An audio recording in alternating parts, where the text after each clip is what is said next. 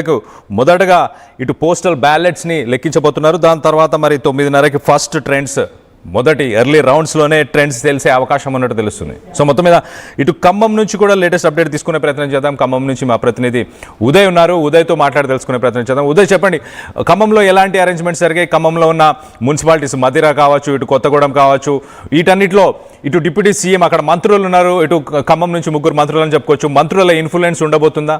ఇటు ఒక పక్కన పొత్తు కుదుర్చుకున్న స్టేట్ లెవెల్లో రాష్ట్ర స్థాయిలో పొత్తు కుదుర్చుకున్న సిపిఐ మాత్రం ఇప్పుడు ఈ లోకల్ మున్సిపల్ ఎలక్షన్స్లో ఒక రైవల్గానే అక్కడ పార్టిసిపేట్ చేస్తుంది. వాళ్ళ ఇంపాక్ట్ ఎలా ఉండబోతుంది? కొత్తగూడెం కార్పొరేషన్ తో పాటు మిగిలినటువంటి 7 మున్సిపాలిటీల్లో పురపాలిక ఎన్నికల ఫలితాలు మరికొద్ది సేపట్లో వెలువడే అవకాశం అయితే చాలా స్పష్టంగా కనిపిస్తుంది. సరిగ్గా ఉదయం 8 గంటలకు కౌంటింగ్ ప్రక్రియ ప్రారంభంగా అవుతుంది. కొత్తగూడెం కార్పొరేషన్ తో పాటు మిగిలినటువంటి 7 మున్సిపాలిటీలకు సంబంధించినటువంటి కౌంటింగ్ ప్రక్రియను కూడా పూర్తి స్థాయిలో ప్రారంభించేందుకు అధికార యంత్రాంగం కసరత్తు చేసింది. ప్రధానంగా ప్రస్తుతం మనం ఖమ్మం జిల్లాలోని ఎదులాపురం మున్సిపాలిటీలో ఉన్నాం. మంత్రి పొంగులేటి శ్రీనివాసరెడ్డి ప్రాతినిధ్యం వహిస్తున్నటువంటి పాలేరు నియోజకవర్గంలో ఉన్నటువంటి ఎదులాపురం మున్సిపాలిటీలో కూడా చాలా ఉత్కంఠ కొనసాగుతూ చాలా పెద్ద ఎత్తున పటిష్టమైనటువంటి భద్రత ఏర్పాటు చేశారు. లెక్కింపు కేంద్రాల వద్ద సెక్షన్ 163 కూడా అమలు చేస్తున్నారు. ఎక్కడ కూడా సెల్ ఫోన్లు కూడా లోపలికి అనుమతించినటువంటి సిచ్యువేషన్. కేవలం అభ్యర్థుల యొక్క ఐడి కార్డ్స్ ను పూర్తిగా వెరిఫై చేసిన తర్వాత కౌంటింగ్ ఏజెంట్ల సమక్షంలో పూర్తిగా పోస్టల్ బ్యాలెట్ల ఓట్ల లెక్కింపు ప్రక్రియ ప్రారంభమవుతుంది. సరిగ్గా 8 గంటలకు బ్యాలెట్ బాక్స్ లను ఓపెన్ చేస్తారు కౌంటింగ్ ఏజెంట్ల సమక్షంలో. ఆ తర్వాత పోస్టల్ బ్యాలెట్లను వేరు చేస్తారు. వేరు చేసిన తర్వాత సరిగ్గా 8 గంటలకు ఓట్ల లెక్కింపు ప్రక్రియ ప్రారంభమవుతుందని చెప్పి అధికార యంత్రాంగం అయితే స్పష్టం చేస్తుంది. ఆ తర్వాత సాధారణ ఓట్ల లెక్కింపు కొనసాగుతుంది. దాదాపు ప్రతి వార్డులో 2000 పైచిలకు ఓట్లు స్పష్టంగా ఉన్నాయి. సో 5 మున్సిపాలిటీలో పరిధిలో ఉన్నటువంటి ఆయా కౌంటింగ్ కేంద్రాల వద్ద పటిష్టమైనటువంటి భద్రతను అయితే ఏర్పాటు చేశారు. ప్రస్తుతం దాదాపు ఏదులాపురం మున్సిపాలిటీలో మాత్రం ప్రత్యేకంగా సుమారు 5 అంచెల భద్రత మధ్య ప్రస్తుతం ఓట్ల లెక్కింపు ప్రక్రియ కొనసాగే అవకాశం స్పష్టంగా కనిపిస్తుంది. ప్రధానంగా కామ్రేడ్ల ప్రభావం కూడా ఇక్కడ స్పష్టంగా ఉంటుంది. బీఆర్ఎస్ అదేవిధంగా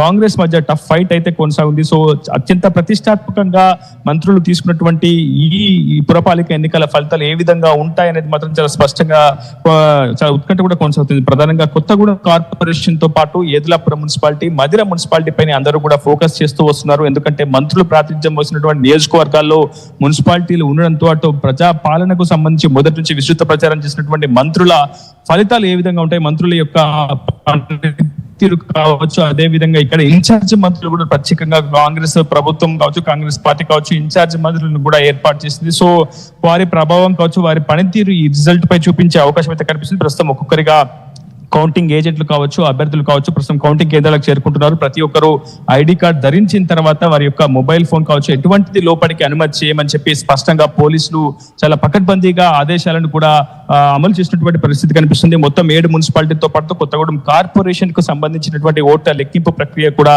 మరికొద్ది సేపట్లో ప్రారంభమయ్యే అవకాశం ఉంది. మొత్తం ఉమ్మడి ఖమ్మం జిల్లా వ్యాప్తంగా 116 వార్డులకు ఎన్నికలు జరిగాయి. 5 మున్సిపాలిటీలో పరిధిలో ఉన్నటువంటి 116 వార్డుల ఓట్ల లెక్కింపు గాను మొత్తం 59 టేబుల్లు ఏర్పాటు చేశారు. 59 టేబుల్లకు ఒక్కో టేబుల్కు కౌంటింగ్ సూపర్వైజర్ తో పాటు 2 కౌంటింగ్ అసిస్టెంట్లు, అదేవిధంగా మరొక సహాయకుడు కూడా ఉంటారు. దాదాపు ప్రతి టేబుల్ పై 2 వార్డుల ఓట్ల లెక్కింపు కొనసాగుతుంది అనేది మనకు చాలా స్పష్టంగా అర్థమవుతుంది. ప్రధానంగా ఏదులాపురం మున్సిపాలిటీతో పాటు మదిర మున్సిపాలిటీలో చాలా పెద్ద ఎత్తున పటిష్టమైనటువంటి భద్రతను కూడా ఏర్పాటు చేశారు. ఎటువంటి అవాంతరాలు కావచ్చు, ఎటువంటి ఇబ్బందులు తప్పకుండా ముందస్తుగా పోలీస్ సిబ్బంది మాత్రం చాలా స్పెషల్ ఫోకస్ చేస్తూ వస్తున్నారు. ఖమ్మం జిల్లాలోని 5 మున్సిపాలిటీల పరిధిలో మొత్తం 116 ఓట్ల లెక్కింపు కొనసాగబోతుంది. 59 టేబుల్ ఏర్పాటు చేశారు. అదేవిధంగా ఏదులాపురం మున్సిపాలిటీకి సంబంధించి మొత్తం 31 వార్డుల కౌంటింగ్ గాను 16 టేబుల్ ఏర్పాటు చేశారు. సత్తుపల్లి మున్సిపాలిటీలో 23 వార్డుల కౌంటింగ్ కు మొత్తం 12 టేబుల్, మదిర మున్సిపాలిటీలో 22 వార్డులకు 11 టేబుల్, వైరా మున్సిపాలిటీలో 20 వార్డులకు గాను మొత్తం 10 టేబుల్ ఏర్పాటు చేశారు. కల్లూరు మున్సిపాలిటీలో కూడా 20 వార్డులకు 10 టేబుల్ ఏర్పాటు చేశారు. ప్రతి టేబుల్ పై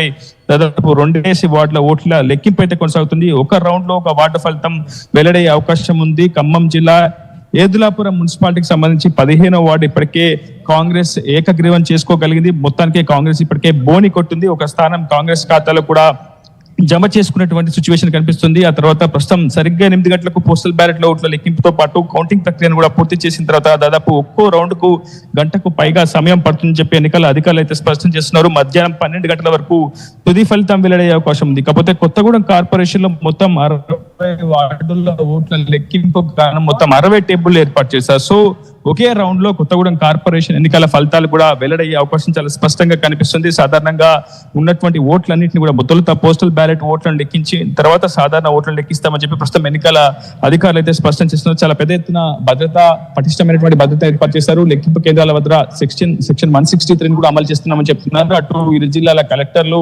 ఖమ్మం జిల్లా కలెక్టర్ అనుదీప్ దుర్షెట్ తో పాటు భద్రాద్రి కొత్తగూడెం జిల్లా కలెక్టర్ జితేష్ పాటిల్ కూడా ఎప్పటికప్పుడు లైవ్ వెబ్ కాస్టింగ్ ద్వారా పూర్తి స్థాయిలో పరిస్థితి నుంచి సమీక్షిస్తున్నారు. ఆరా తీసినటువంటి పరిస్థితి నెలకొంది. మరోవైపు ప్రధాన రాజకీయ పార్టీల మధ్య తీవ్రమైనటువంటి పోటీ అయితే నెలకొంది. అటు బీఆర్ఎస్, కాంగ్రెస్ చాలా పెద్ద ఎత్తున విస్తృత ప్రచారం చేసింది. బీఆర్ఎస్ నుంచి మాజీ మంత్రి పువ్వాడ అజయ్ కుమార్, అదేవిధంగా ఖమ్మం జిల్లా అధ్యక్షుడు తాతా మధుతో పాటు రాజ్యసభ సభ్యులు వదిరాజ రవిచంద్ర విస్తృతంగా పర్యటించారు, ప్రచారం నిర్వహించారు. అటు ప్రభుత్వ వైఫల్యాలతో పాటు కాంగ్రెస్ అనైతిక విధానాలను కూడా ప్రజలు ఎండగట్టే ప్రయత్నం చేయగా, అటువైపు కాంగ్రెస్ మాత్రం ప్రజలకు ఇచ్చినటువంటి హామీలను ఒక్కొక్కటి నెరవేరుస్తున్నామని, తాము అమలు చేసినటువంటి హామీలను పూర్తిగా ప్రామాణికంగా తీసుకునే ఓటు హక్కును పూర్తి స్థాయిలో తమకు వేయాలంటూ కూడా పెద్ద ఎత్తున కాంగ్రెస్ కూడా విస్తృత ప్రచారం ఇచ్చారు. మంత్రులతో పాటు కీలకమైనటువంటి నేతలంతా కూడా దాదాపు